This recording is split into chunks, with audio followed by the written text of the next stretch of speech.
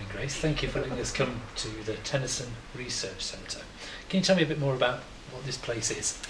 Well, the origins of this place lie in a deposit from the Tennyson family in the early 1960s when they emptied their storeroom and said that Lincoln City Council could have all the remains of Tennyson's holdings on deposit. So they loaned it to the City Council then, and it's been here ever since. But in 1980, it was put up for sale. And with some very foresight, the Lincolnshire County Council, along with a number of other grant-giving bodies, managed to buy what you see and lots of things you can't see as so well. It could have gone elsewhere in the world. It could have, but there was a great appeal that was set up that had the likes of John Betjeman and Philip Larkin involved, because it is such a wonderful archive in terms of its integrity, because it has family libraries here, the father's libraries round the corner there, his brother's library, his son's library, and then here we've got Tennyson's own library.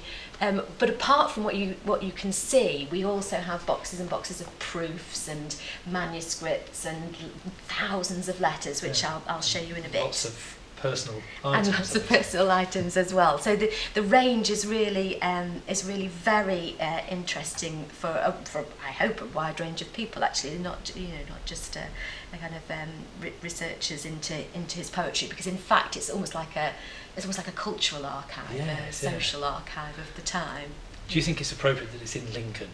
It is very appropriate. It's in Lincoln because Lincoln is the town of the county that is the birthplace of Tennyson. I mean, we actually don't have a great deal of evidence of his actually visiting Lincoln itself, but it is wonderful that it's here. It's a This is the sense that we own Tennyson. I think I've always felt that, probably because of when I was taught at school, but you feel he's like certainly Lincoln or Lincolnshire's poet rather than anybody else's. I don't know how true that is. Well, it certainly was. His imagination was certainly formed by the Lincolnshire wolds, and in the Lady of Shalott, in the first verse you have wold mentioned, which I wonder how many other poems have wold in it. But he left the county in his late 20s and wouldn't have visited it that much since after that. But certainly his childhood